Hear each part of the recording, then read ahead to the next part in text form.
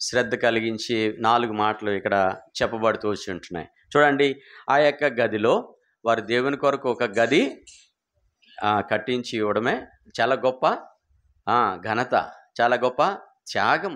దేవుని కోసము వారు ఎంత త్యాగం చేస్తూ వచ్చింటున్నారంటే ఒక గదే కట్టించి ఇచ్చింటున్నారు. సో కాబట్టి మనం ఒక అంగుళం కూడా దేవునికి ఇవ్వడానికి ఇష్టపడాలి కదా.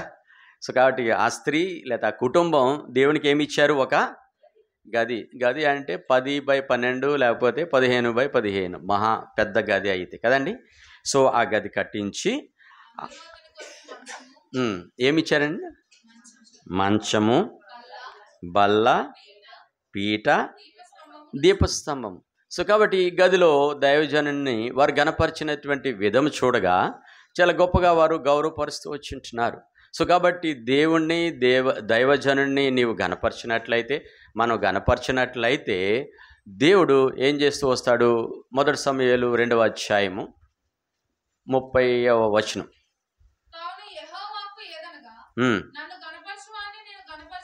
చాలు అంతవరకు. ఏంటి?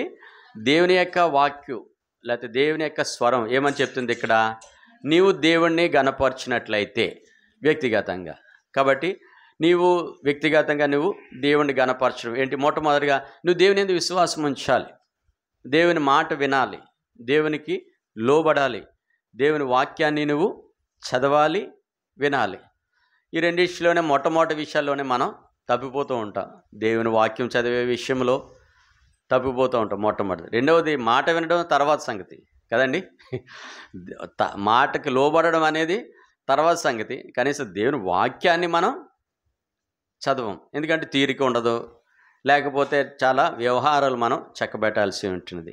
అయితే ఆ రీతిగా చేయకుండానే దేవుడు మనల్ని గణపరచాలనుకుంటాం, దేవుడు మన అక్కర తీర్చాలనుకుంటాం, లేకపోతే దేవుడు నిన్ను ఆరోగ్యంగా ఉంచాలనుకుంటాం, లేకపోతే దేవుడు నీ జీవితంలో ఎదురయ్యేటువంటి ప్రతి కొరతను మనం తీర్చేయాలనుకుంటాం. కానీ ఆ రీతిగా చేయడు దేవుడు. దేవుడు చేసేదన్నీ కూడా మన యొక్క జీవితాల్లో, విశ్వాస జీవితంలో కండిషనల్ కదండి. షరతులు ఎప్పుడు నిబంధనలు బాధకం కదండి.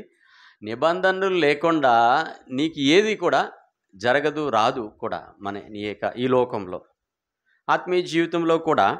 కాబట్టి ఈ స్త్రీ చూడండి, ఆ స్త్రీ అన్ని నిబంధనలకు లోబడింది, కానీ ఆమె జీవితంలో వ్యక్తి కొరత ఉంది కదండి. అయినా ఆ కొరతను బట్టి ఆమె ఏమైనా తక్కువ చేసిందా? చేయలేదు. వ్యక్తిగతంగా శ్రద్ధ భయభక్తులు దేవుని యందు కలిగి ఉంది. ఆ తర్వాత అంత మాత్రమే కాదు కానీ ఇంకా తన దాతృత్వం కలిగి ఉంది. ఏంటి? దేవుని కొరకు తను తిరిగి చెల్లిస్తూ ఉంది, దేవునికి ఇస్తూ ఉంది. ఎంత ధారాళంగా ఇచ్చిందంటే మన వలే గీసి ఊడ్చి ఇవ్వలేదు కదండి. సో మీరు దోశలు వేస్తున్నారు, అడిగిన కొంచెం పిండి ఉందనుకోండి, వదిలేస్తారా సహోదరులు? అబ్బా దాన్ని గీసి కర్ర అనిపించా ఆ గిన్నె అరిగిపోయేలాగా గీసి అట్టేస్తారు కదండి. కాబట్టి అంత శ్రద్ధ వహించే మనం, కానీ దేవునికి ఇచ్చే విషయంలో కూడా అంతే కదా. గీసి అలా కాదు, దేవునికి ఇచ్చేటప్పుడు నువ్వు ధారాళంగా ఇచ్చినట్లయితే చూడండి, అప్పుడు దేవుడు ఏమంటున్నాడు? ఎఫెసీ పత్రిక 3వ అధ్యాయం, నువ్వు గీసి ఇస్తే దేవుడు కూడా నీకు అట్టుగట్టన్నారు కదండి. సహజంగా ఈ లోకంలో ఉన్నది చెప్పేది కదా. సో కాబట్టి అయితే అలా కాకుండా నువ్వు దేవునికి ధారాళంగా ఇస్తే ఎఫెసీ 3:20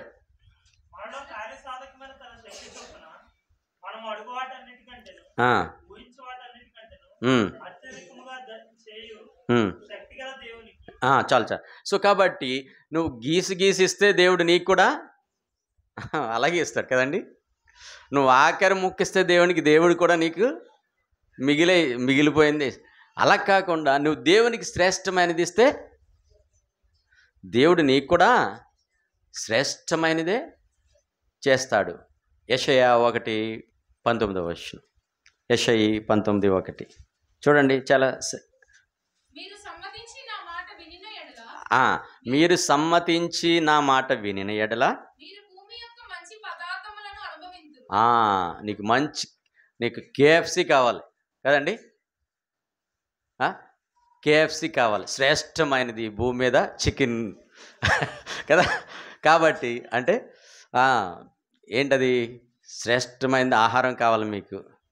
కాబట్టి నువ్వు కూడా దేవునికి శ్రేష్టమైనది ఇస్తే దేవుడు మీరు అడుగు వాటన్నిటికంటే, ఊహించు వాటన్నిటికంటే అత్యధికమైంది అన్నట బహుదా దేవుడు నీకు ఇస్తాడు కదా. సో కాబట్టి దేవుడు నుంచి నువ్వు అనుభవించాలంటే మొట్టమొదటిగా నువ్వేం చేయాలి, దేవునికి మనం ఇవ్వాలి. దేవుడి నుంచి నువ్వు అనుభవించాలంటే దేవుడికి మనం ఇవ్వాలి. ఆ స్త్రీ ఏం చేసింది, ఆమెకి జీవితంలో దేవునికి మొదటగా తను ఇచ్చింది. ఏమిచ్చింది, నీ వలే నా వలే అడుగుది గీసి ఇవ్వాల, చాలా ధారాళంగా తను ఆ కుటుంబం దేవుని కొరకు వారు ఇస్తూ వచ్చారు. ఏమి ఇచ్చి ఉంటున్నారు, ఒక గదిలో మంచము, బల్ల, పీట, దీపము, దేవుడు దీపస్తంభాన్ని ఆ స్త్రీ ఆ కుటుంబం ఇస్తూ వచ్చింది. ఆ రీతిగా ఇచ్చినప్పుడు దేవుడు కూడా ఆమె అడుగు వాటన్నిటికంటే, ఊహించు వాటన్నిటికంటే, తన భర్త ముసలివాడైపోయినప్పటికీ, వారి జీవితంలో నిరీక్షణ కోల్పోయినప్పటికీ దేవుడు ఏం చేస్తూ వచ్చాడు, 17వ వచనంలో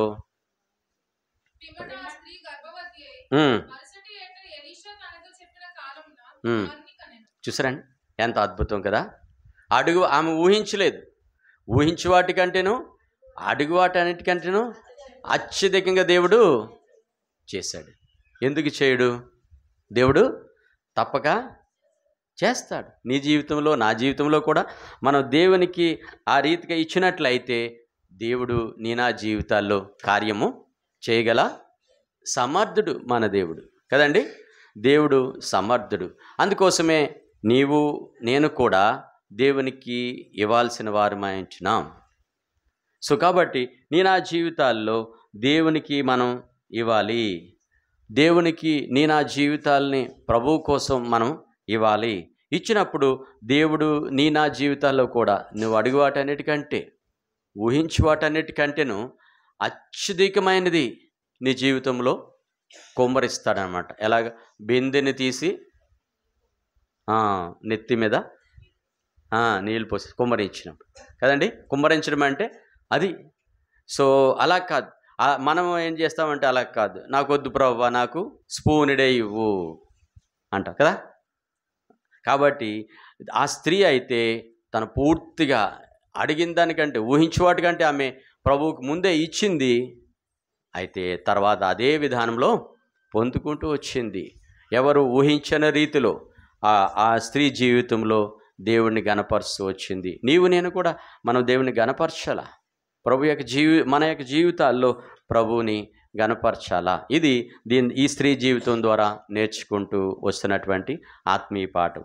మరొకటి మనం లోతుకి వెళ్ళినట్లయితే, ఈ భాగాన్ని ధ్యానించినట్లయితే, ఆ స్త్రీ ఏమిస్తూ వచ్చింది చూడండి. మొట్టమొదటిగా చూసినట్లయితే మంచము, ఇంగ్లీష్లో ఏమని ఉంటుందంటే బెడ్ అని ఉంటుంది అనమాట. మంచాన్ని దేనికి మనం ఉపయోగిస్తాం, విశ్రాంతి. కాబట్టి నా జీవితాల్లో ప్రభువు దీని ద్వారా ఏం మాట్లాడుతూ ఉంటున్నాడంటే, నీవు నేను కూడా కేవలము మంచం మీద పడుకుని మొబైల్లే చూస్తూ ఉంటాం కదా. అయితే బైబిల్ ఏం చెప్తుంది, కీర్తనలు 4:4 మనం దేనికి, కీర్తనలు 4:4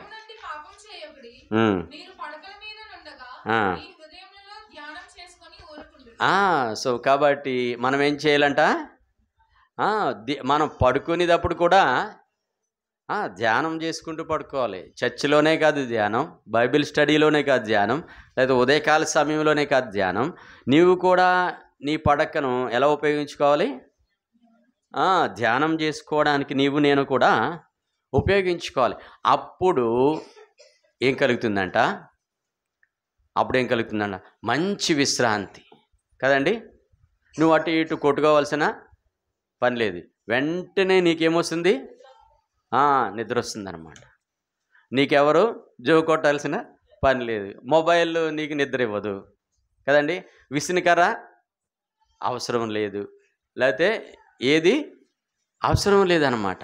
కాబట్టి ఎప్పుడైతే ప్రభువు వాక్యాన్ని మనం ధ్యానించుకుని నీవు నీవు పండుకుంటావో అప్పుడు నీకు విశ్రమం దొరుకుతుంది. దేవుడు తన యందు విశ్వాసం ఉంచిన వారి జీవితాల్లో చూడండి. అందుకే యెషయా గ్రంథము 32:8. యెషయా గ్రంథం 32:8.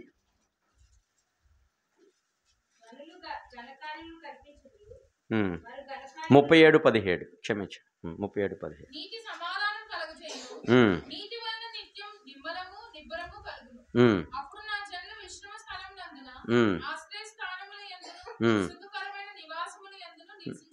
చూడండి, నువ్వు దేవుని నమ్ముకొని దేవుని మాటలు నువ్వు ధ్యానించుకుని నీవు మరి ఎటువంటి నవారు మంచం మీద పడుకున్నా ఏమొస్తుంది?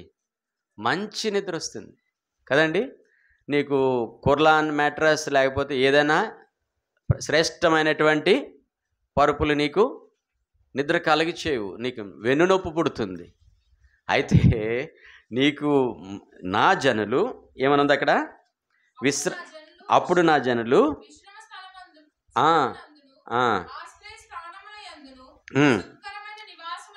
సుఖకరమైనటువంటి నీకు నిద్ర కావాలంటే ఇప్పుడు నీకు మాత్ర దొరికింది కదండి. ఏంటి ఆ ట్యాబ్లెట్? దేవుణ్ణి ధ్యానించుకుని నీకు ఏ మంచం ఇచ్చినా దేవుడు నువ్వు దాని మీద పండినట్లయితే నీకేమో ఎలా ఉంటుంది? సుఖముగా ఉంటుంది. నీకున్న అనారోగ్యము తొలగిపోతుంది. తన వాక్కును పంపి దేవుడు కాబట్టి తన వాక్కు ఏం చేసి నీ జీవితంలో ఉన్నటువంటి ప్రతి బలహీనత, నీ మనసుకి సంబంధమైనటువంటి ప్రతి రోగాన్ని కూడా ఎప్పుడైతే నీవు ధ్యానం చేసుకుంటూ పడుకుంటావో అప్పుడు ఏమవుతుందంట? దేవుడు సుఖమైనటువంటి విశ్రాంతిని దేవుడు నీ ప్రాణములకు విశ్రాంతిని కలుగు చేస్తూ ఉంటాడు. అందుకే యోబు కూడా ఏమంటున్నాడు చూడండి, 11వ అధ్యాయంలో ఇదే ఏం చేస్తుంటున్నాడు యోబు 11:18.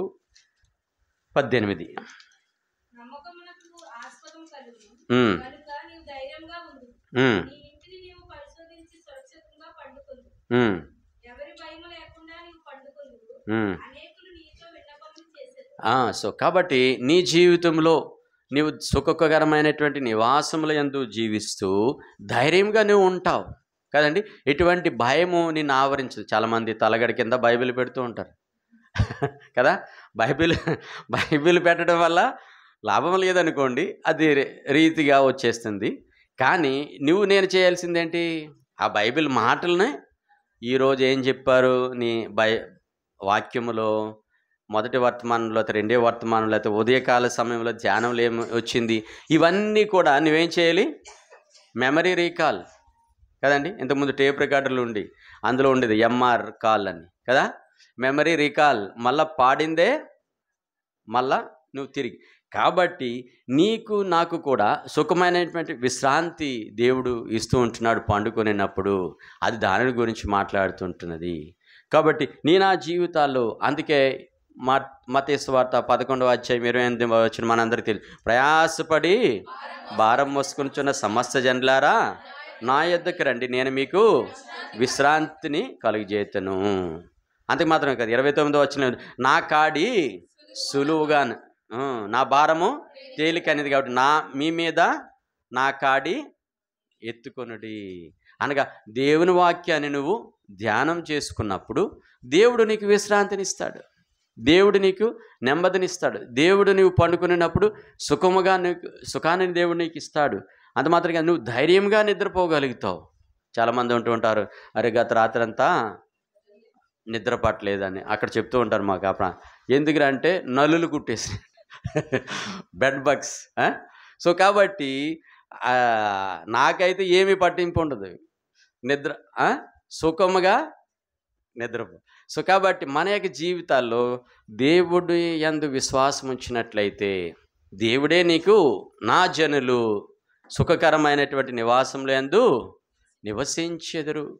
దేవుడిచ్చే విశ్రాంతి గొప్పది. కాబట్టి మనము పండుకునే ముందు పడక మంచం మీద వచ్చినప్పుడు మనం ఏం చేయాలి? దేవుని వాక్యాన్ని నువ్వు ధ్యానించాలి.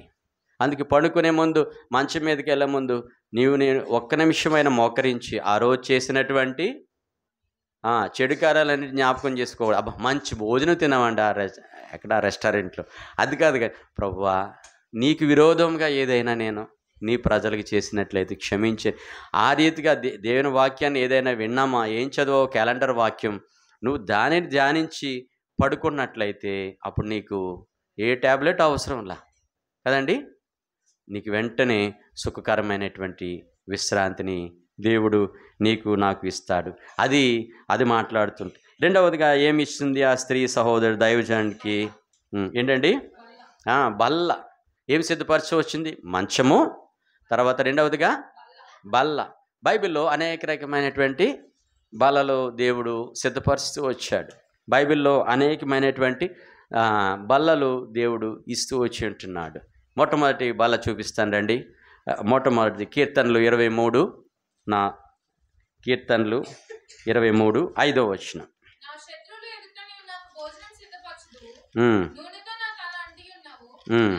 చాలు. నా శత్రువులు ఎదుట నీవు నాకు thou art prepared a table before my enemies. మందిరంలో నీకు చాలామంది శత్రువులు ఉండొచ్చు, కానీ గతించిన 2 దినాలు ఎక్కడ తిన్నావు ప్రేమ విందు? ప్రేమ విందు ఎక్కడ తిన్నావు? వారి ఎదుటే తిన్నావు కదా. అలాంటిలేదు, మందిరంలో శత్రువులు ఉండరు. సో కాబట్టి గతంలో కదా వారందరూ నీకు శత్రువులుగా ఉండవచ్చు. ఇప్పుడైతే ఎక్కడ తింటున్నావు? వారితోనే కదా కలిసి. మనందరం ఈ లోకంలో అనేక మంది శత్రువులు ఉంటున్నారు, లేకపోతే నీవే శత్రువుగా వారికి ఉంటున్నావు. అయితే దేవుడు నీ కొరకు నా కొరకు ఏం సిద్ధపరిచి వచ్చాడు? భోజనము సిద్ధపరిచే దేవుడు. ఒకప్పుడు నువ్వు దేవునికి విరోధివి, క్రీస్తుకి విరోధివి. అయితే ఇప్పుడు ఒకే బలలో నీవు నేను కూడా ఒకే రసం, ఏ భేదము లేదు. దేవుడు నీకు నాకు కూడా బల్లను సిద్ధపరుస్తూ వచ్చి ఉంటున్నాడు. సో కాబట్టి నీకు అదొక నెంబర్ 1 మొట్టమొదటి బల్ల. రెండవదిగా మనం చూసినట్లయితే కీర్తనలు 78:19. కీర్తనలు 78.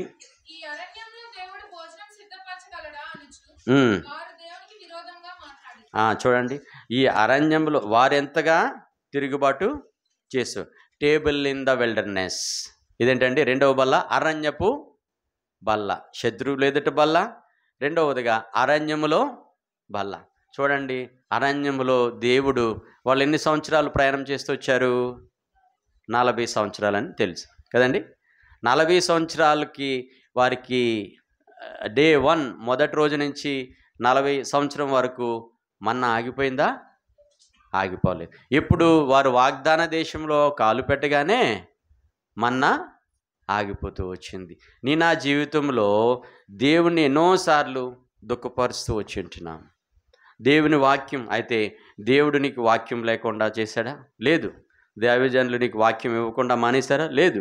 నీకు ప్రతిరోజు ప్రతి వారము 2 మెసేజ్లు, 52 వారాలు ఇంటూ 2 కదండి. ఎన్ని వర్తమానాలు దేవుడు నీకు ఇస్తూ ఉన్నాడు. కాబట్టి దేవుడు కానీ ఆ ప్రజలు ఏం చేస్తూ వచ్చారంట? ప్రభువుని శోధించారు. అంత మాత్రం కాదు, ఇంకా అదే గ్రంథం వారు తిరుగుబాటు కూడా చేస్తూ వచ్చారంట. ఎంత ద్రోహం! అలాంటి నిన్ను నన్ను కూడా దేవుడు ప్రేమించి తన దాసులను సంవత్సరం వెంబడి సంవత్సరం మనం మధ్యకి పంపిస్తూ ఏం సిద్ధపరుస్తున్నాడు? నీకు మంచి భోజనం. అబ్బా, ఏ రోజు కూడా వెజిటేరియన్ లేదు ప్రేమ హిందులో కదా, అన్నీ నాన్ వెజ్లే. ఇంత గొప్ప సమృద్ధి దేవుడు నీకు నాకు ఇచ్చాడు కదండి. దేవుడు ఎంత గొప్ప వర్తమానాలు ఇస్తూ ఉంటున్నాడు.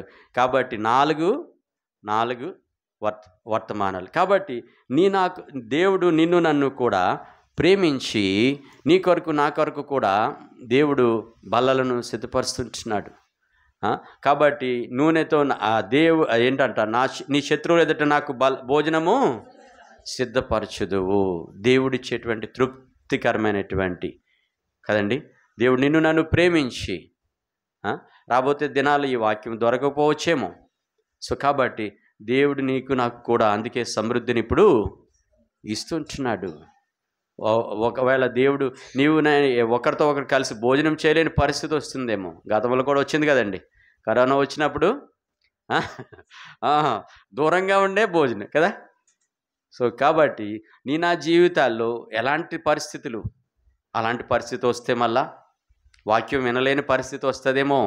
అందుకే నీకు దేవుడు బల్లలను ముందుగానే అనుదినము దేవుడు వారికి మన్నాను కురిపిస్తూ వచ్చాడు, పోషిస్తూ వచ్చాడు. నీవు నమ్మిన దేవుడు, నేను నమ్మిన దేవుడు మనల్ని ఎన్నడను కూడా ఎడారిలో విడిచిపెట్టడు, ఆకలికి గురి చేయడు. ఆయన నిన్ను నన్ను కూడా పోషించే దేవుడు, నిన్ను నన్ను కూడా ఆయన భద్రపరిచే దేవుడు. మరొక బల్ల చూడండి, 1 కొరింథీ 10:21. ఉమ్.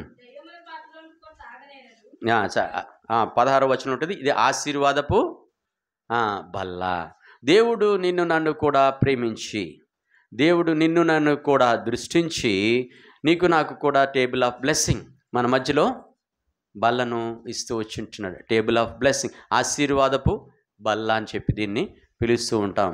కాబట్టి నా జీవితంలో మన బలహీనతలు ఎరిగిన వాడే ప్రభువు ఏం చేస్తూ వచ్చాడంటే బల్లలను దేవుడు సిద్ధపరుస్తూ వచ్చింటున్నాడు. సో కాబట్టి నా జీవితంలో ప్రభువు బలను సిద్ధపరిచి ఉంటున్నాడు. ఎందుకంటే నీవు నేను కూడా ప్రభువుకు దగ్గరగా రావాలని చెప్పి, ప్రభువుతో నీవు నేను కూడా మరి ప్రభు యొక్క సన్నిధికి, ప్రభువుని హత్తుకునే వారంగా జీవించడానికి నీవు నేను కూడా దేవుడు సిద్ధపరుస్తూ వచ్చి ఉంటున్నాడు. సో కాబట్టి నీ కొరకు నా కొరకు సిద్ధపరచబడినటువంటి బల్ల నీకు నాకు కూడా నీవు ఆత్మీయంగా పాలు పొందితే దాంట్లో నీకు ఈ టేబుల్ ఆ బ్లెస్సింగ్ నీకు ఆశీర్వాదకరంగా ఒకవేళ విరోధంగా ధిక్కరించినట్లయితే నీకు శాపం తీసుకొస్తుంది. కాబట్టి ఈ ఆశీర్వాద బలను దేవుడు సిద్ధపరుస్తూ వచ్చుంటున్నాడు. మరొక బలను మీకు చూపిస్తాను రండి. నిర్గమకాండం 30వ అధ్యాయం 30వ అధ్యాయం మొదటి వచనం, మొదటి రెండు వచనం.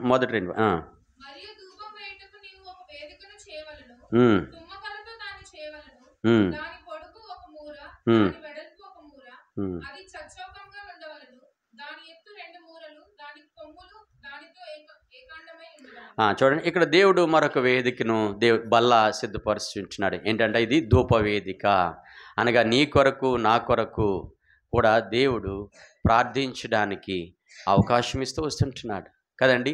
నీవు నేను కూడా వారం వెంబడి వారము దేవుని సన్నిధికి, లేదా అనుదినము కూడా దేవుని సన్నిధికి మనము రావాలి.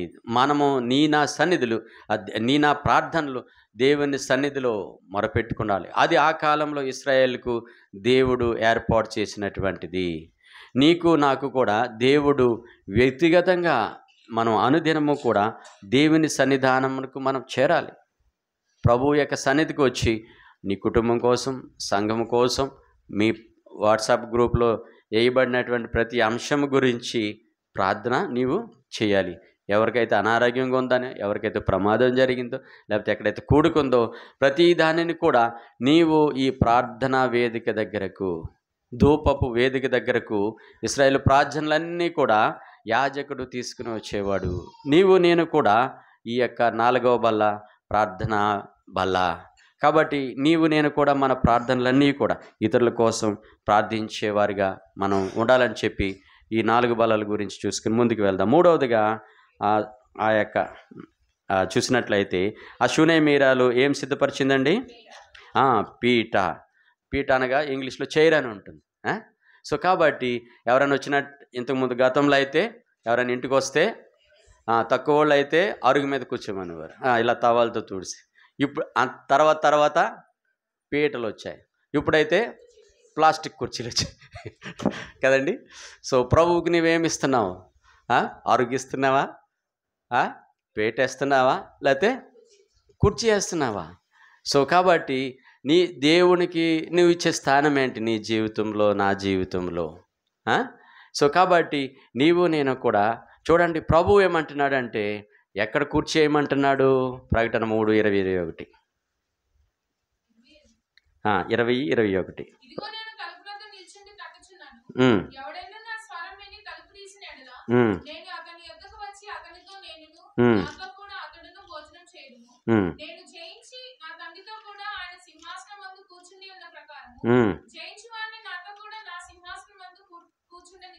చూడండి, నువ్వు ప్రభువుని నీ హృదయంలో కూర్చోబెడితే రేపొద్దుట తర్వాత నువ్వు చనిపోయిన తర్వాత కూడా, లేకపోతే ఇప్పుడు కూడా దేవుడు ఏం చేస్తానంటున్నాడు? నువ్వు కూర్చోబెడితే నేను నిన్ను కూర్చోబెడతాను, నువ్వు నిలబెడితే దేవుడు నిన్ను నిలబెడతాడు కదా. నీకోసం తలుపు తీయడు. నీ హృదయాన్ని ప్రభు కోసం తీసి నువ్వేం చేయాలంట? ఆయన కూర్చుండబెట్టుకోవాలి, ప్రతిష్ఠించాలి. ప్రభువును మన హృదయాల్లో ఏం చేయాలంట? ప్రతిష్ఠించాలని చెప్పి ప్రతిష్ఠించాలి అనగా నువ్వు కుర్చీ వేయాలి ఆయన కోసం. ఆయన కోసం నువ్వు పీట, అక్కడ అంశం కాబట్టి నీవు నేను కూడా వేయాలి. అందుకే యెషయా గ్రంథం 57వ అధ్యాయము 15వ వచనం చూడండి. నువ్వు పీట వేసినట్లయితే ప్రభు ఏమంటే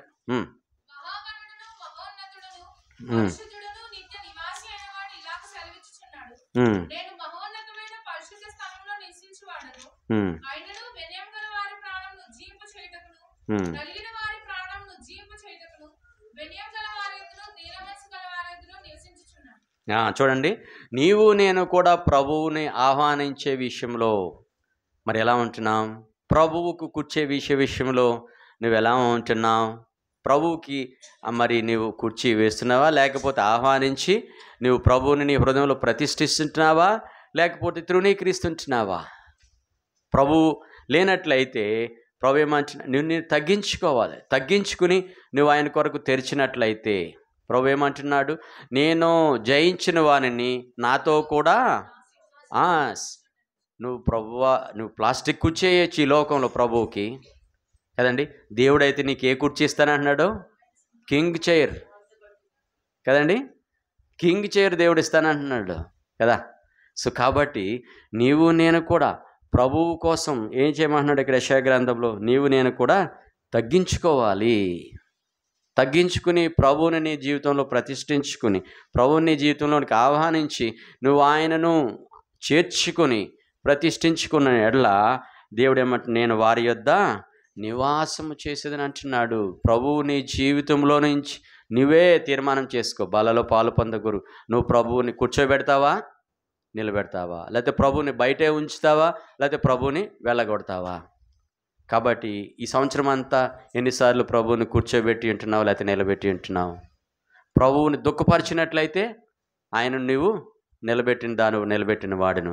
కాబట్టి ప్రభువుకు తగ్గించుకుని మనం ప్రభువుకి లోబడి వినయంతో ప్రవర్తించి జీవించినట్లయితే ప్రభువుకి నువ్వేం చేసినట్లు? ఆయనకు సింహాసనం ఇచ్చినట్లు. కాబట్టి రానున్న దినాల్లో నిన్ను నీ కుటుంబాన్ని ఎక్కడ కూర్చోబెడతాడంట? సింహాసనం మీద కూర్చోబెడతాడు. ఆ యొక్క బీద లాజరుకి భూమి మీద పీట కూడా లేదు కదండి, ఏమీ లేదు. కానీ ఎక్కడున్నాడు? ఆ పరలోకంలో అబ్రహాము రొమ్మున. అబ్రహాం ఎంత గొప్ప స్థితి, వినయము తననేం చేస్తూ వచ్చింది? గొప్ప ఉన్నత స్థానంలోని తీసుకెళ్తూ వచ్చింది.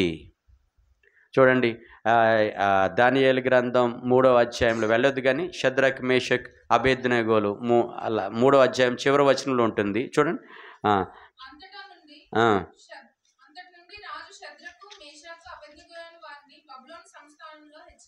చూసారా ఎంత గొప్ప కుర్చీ ఇచ్చాడు దేవుడు. అంతకుముందు వారు ఏమీ లేదు, వేడిమిగుండ అగ్నిగుండంలో తిరుగుచూ ఉన్నటువంటి వారు ప్రభువు కోసం వారు నిలబడినప్పుడు, ప్రభువు కోసం తమ్మును తాము సమర్పించుకున్నప్పుడు, ప్రతిష్ఠించుకున్నప్పుడు వారు దేవుడు వారికి బబులోను సంస్థానంలో సింహాసనాలను ఇచ్చాడు. ప్రభువు కోసం వినయముతో ప్రభువు కోసం తమను తాము తగ్గించుకున్నప్పుడు దేవుడు ఏం చేస్తూ వచ్చాడు? షద్రక్ మేషక్ అబేద్నెగోలను హెచ్చించి ఉన్నత స్థానంలో కూర్చుండబెట్టినవాడు. నిన్నును నీ యొక్క స్థితిని దేవుడు మార్చగలడు. కాబట్టి ప్రభు కోసం మన వినయముతో ప్రభువును మన హృదయంలోనికి ఆహ్వానించాలి. ఇంకెవరైనా మారు మనసు పొందకుండా, బాప్తిజం తీసుకోనకుండా, లేకపోతే ప్రభువు కోసం సమర్పించుకోనకుండా ఉన్నట్లయితే మనము నేడే ఆయన యొక్క సన్నిధికి ఆయన కొరకు ప్రతిష్ఠించుకుందాం. ప్రభువును మన హృదయంలోనికి ఆహ్వానించి ఆయన కూర్చుండబెట్టినట్లయితే ఆయన నిన్నును నన్నును హెచ్చించే దేవుడు, గణపరిచే దేవుడు. నన్ను గణపరిచే వారిని నేను గణపరుస్తానని ప్రభు సెలవిస్తుంటున్నాడు. 4వదిగా చూసినట్లయితే ఆ స్త్రీ ఏం ఏర్పాటు చేసిందండి వారింటిలో? ప్రభువును పిలిచి, లేకపోతే దైవజనుడిని పిలిచి ఆమె చీకట్లో పెట్టలా కదండి. ప్రభువును పిలిచి ఆమె ఆ, ఏం చేస్తూ వచ్చింది? ఆ, ఏం చేస్తూ వచ్చింది? ఒక దీపాన్ని ఇచ్చింది. సో గతంలో అయితే ఒక ఇంటిలో చిన్న అలాంటి బల్బు ఉండేది కదా. ఇప్పుడైతే పెద్ద పెద్ద కాంతులు లేనటువంటి ఏమొచ్చినాయి, అవి డిజిటల్ లైట్లు వచ్చేసినాయి కదా. ఎంత గొప్ప వెలుగు! దేవుడు నిన్ను నన్ను రక్షించి చూడండి ఏం చేస్తూ వచ్చాడంట. ఆది మత్తయి సువార్త 5వ అధ్యాయం 14వ వచనం నుంచి చూసి. ఉమ్, ఉమ్, ఉమ్, ఉమ్. చూడండి, దేవుడు నిన్ను నన్ను కూడా ఏం చేస్తూ వచ్చాడు? దీపస్తంభం వలె చేస్తూ వచ్చాడు. నా జీవితాల్లో ప్రభువును ఎరిగినటువంటి మనము ప్రభువు కోసం వెలిగేవారిగా ఉండాలి, వెలుగిచ్చేవారిగా ఉండాలి. అంటే ప్రభువు కోసం నీవు నేను కూడా సాక్ష్యము చెప్పాలి. కాబట్టి ప్రభువు కోసం నీవు నేను కూడా వెలిగిచ్చే దేవుని వాక్యాన్ని మనం వేయాలి. ఆయన ఆది యందు వాక్యం ఉండెను కదండి. ఆయన యొక్క వాక్యము వెలుగునిస్తుంది. సో కాబట్టి నీవు నేను కూడా మన యొక్క జీవితాల్లో, మన యొక్క గృహాల్లో యొక్క గదంతా చూడండి వాక్యములతో వెలుగుతూ నింపబడుతూ ఉంటున్నది. అది తెలివిలేని నీ వాక్యం. కీర్తనలు 119, 130 చూడండి. కీర్తనలు 119, 130 ఏముంటుంది అక్కడ?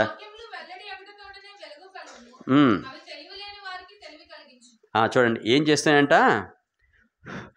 తెలివి లేని వారికి తెలివి కలిగిస్తాయి. అందుకని వాక్యాలు ఎప్పుడైతే నీ కళ్ళు మసిగిబారిపోయింట, ఏ విషయంలో నీకు అర్థం కాదో, నీ జీవితంలోనికి అనేకమైనటువంటి సమస్యలు నిన్ను గుడ్డివాడిగా చేసేయచ్చు. కాబట్టి చూడండి ఆదికాండము అపోస్తల కార్యములు 20వ అధ్యాయంలో కూడా కొన్నిసార్లు మనం ఎంత దైవని వాక్యం వింటున్నప్పటికీ కొన్నిసార్లు మన యొక్క జీవితాల్లో అంధత్వము కలుగుతుందంట, లేకపోతే నిద్ర కలుగుతుంటుందంట. 7వ వచనంలో ఉంటుంది కదా అక్కడ. ఐతుకు అనేటువంటి వ్యక్తి 8వ వచనం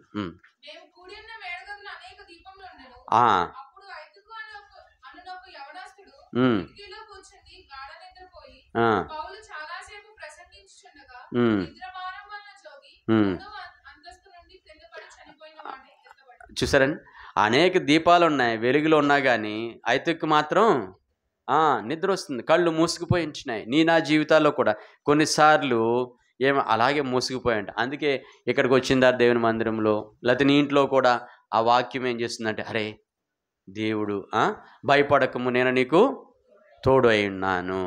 సో కాబట్టి ఆ మాట ఎప్పుడైతే నీకు నీ భయాన్ని తొలగిస్తుంది, నిన్ను తిరిగి మరలా వెలిగింపజేస్తుంది.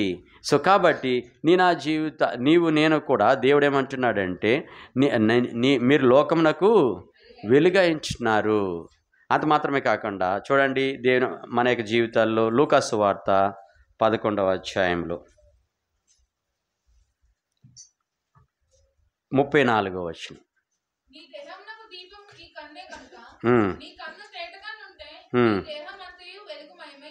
35వ వచనం కూడా చూడండి. ఐతుకు తనలో ఉన్నటువంటి వెలుగును, లేకపోతే తన వాక్యాన్ని వెలుగులో నడవకుండా తను కళ్ళు మూసుకుంటూ ఉంటా, ఇగ్నోర్ చేస్తూ వచ్చాడు, లేకపోతే నిర్లక్ష్యపరుస్తూ వచ్చి ఉంటున్నా. నా జీవితంలో వాక్యంను నిర్లక్ష్యం చేసినట్లయితే నీకోసమే వ్రాయబడుతూ వచ్చాయి, నీకోసమే బైబిలు ముద్రించబడుతూ వచ్చింది. కాబట్టి నా జీవితంలో వాక్యమును మనం భద్రపరచుకోవాలి.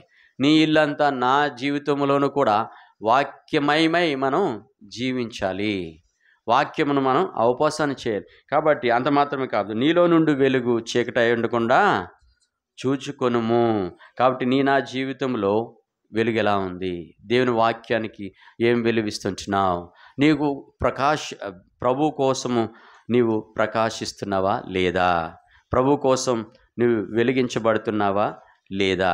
చూడండి మరొక మాట, యోహాను సువార్త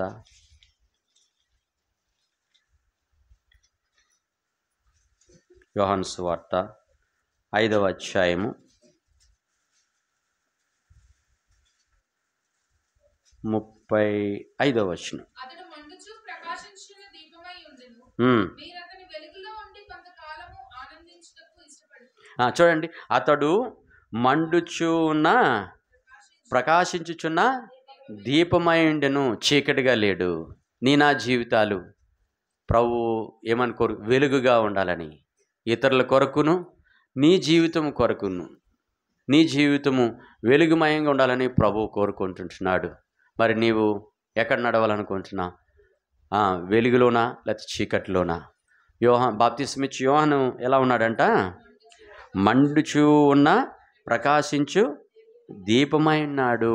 34వ వచనంలో చూడండి. అందుకే అతడు ఇప్పటికి చదువు.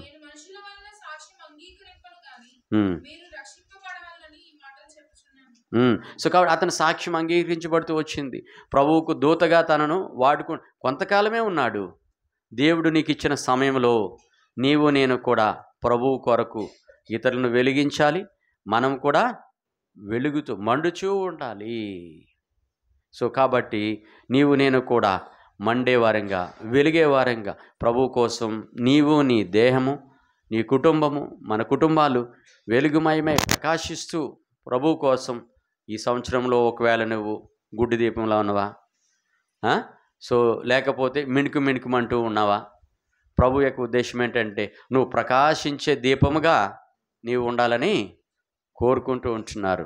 కాబట్టి ఇప్పుడు అందరి ఇల్లు కూడా స్టార్లతో నిండిపోతూ ఉంటాయి కదా, చాలా ప్రకాశిస్తూ ఉంటాయి. వారం రోజుల ఫస్ట్ తర్వాత అన్నీ మళ్ళీ డిమ్లోకి వెళ్ళిపోతూ ఉంటాయి కదా. సో కాబట్టి అలా కాదు, ప్రభు ఏంటంటే ప్రకాశించు, నువ్వు నిత్యము వెలుగులో ఉండాలని చెప్పి ప్రభువు కోరుకుంటూ వస్తుంటున్నాడు. కాబట్టి నీలో ఉన్నటువంటి వెలుగు ఎలా ఉన్నది? మనల్ని మనం బల్ల సమీపించినప్పుడు మనల్ని మనం పరీక్షించుకుందాం. నీ యొక్క వెలుగు ఎలా ఉంది? చీకటిగా ఉన్నావా నువ్వు? ఇంకను ప్రభువు కోసం నీవు వెలిగేవాడిగా ఉండాలనుకుంటున్నావు, లేకపోతే చీకటిగా ఎలా ఉంటున్నావో నిన్ను నీవు పరీక్షించుకుని యోగ్యమైన రీతిలో బలలో పాలు పొందుదాం.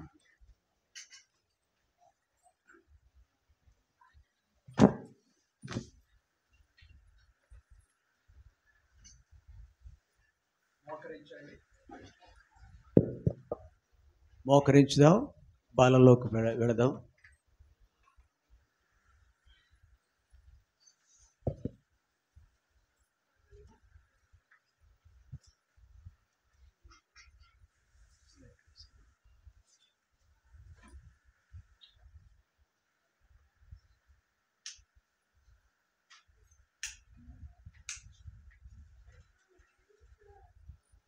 విన్న వాక్యాన్ని మననము చేసుకుందాం.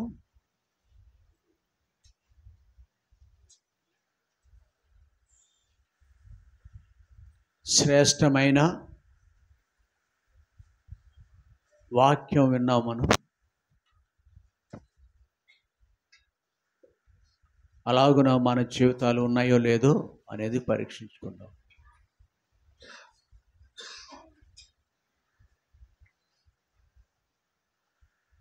కళ్ళు మూసుకుందాం, పిల్లలు పెద్దలు కూడా.